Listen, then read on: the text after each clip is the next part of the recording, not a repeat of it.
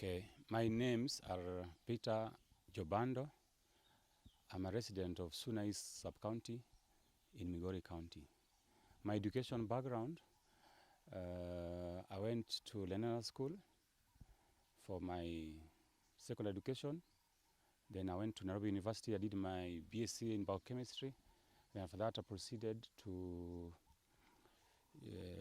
Strathmore Business School, where I did my MBA, Master in Business Administration in Strategic Management. And besides that, I also went to ESA Business School in Barcelona, where I did my global strategy. Yes, I've been very active in politics since 2010. I've been very active. I stood for Suna East constituency parliamentary seat, where I competed. I didn't make it, but I'm still active in politics.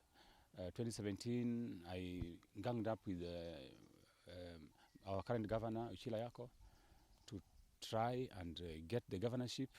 We didn't make it the first time. The other, in 2017, when the senator, our senator, the late Ben Okello left us, I tied a stitch in the by-election. I didn't make it then.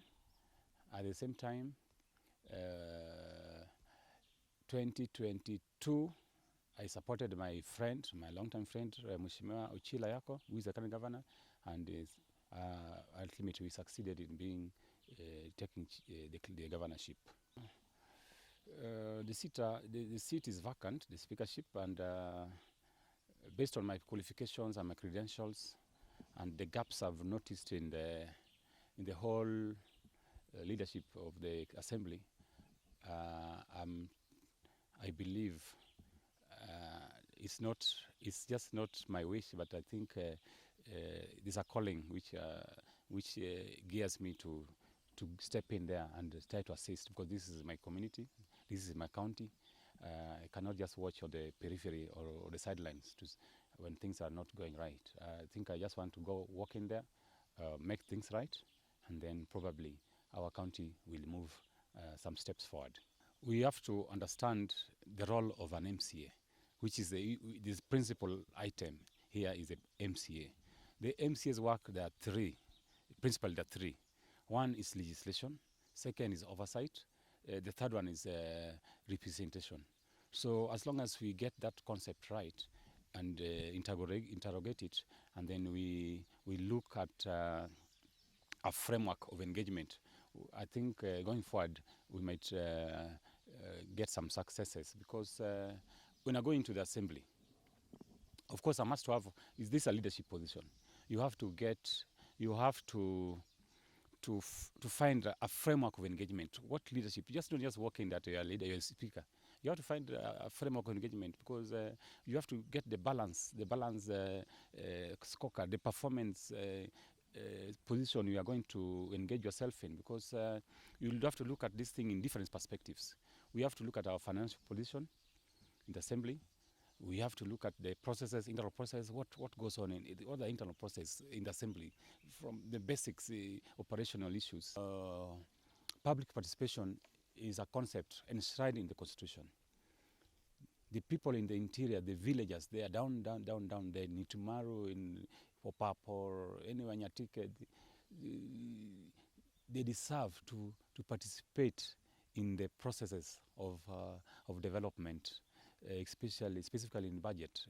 So before a budget is formulated, I believe as a speaker, I will certainly do as much possible to empower the MCAs and the relevant personnel to go deep into the villages and dig down information and find out the aspirations and demands and the wants of those villagers there. I want to ensure that the MCAs are empowered both financially with the resource and with the technical support to go down in the villages and come out with the aspirations, what the people want, so that when we formulate the budget and we take it to our esteemed governor to countercheck, there'll be some steps in alignment of the people's aspirations and the development agenda of the county government.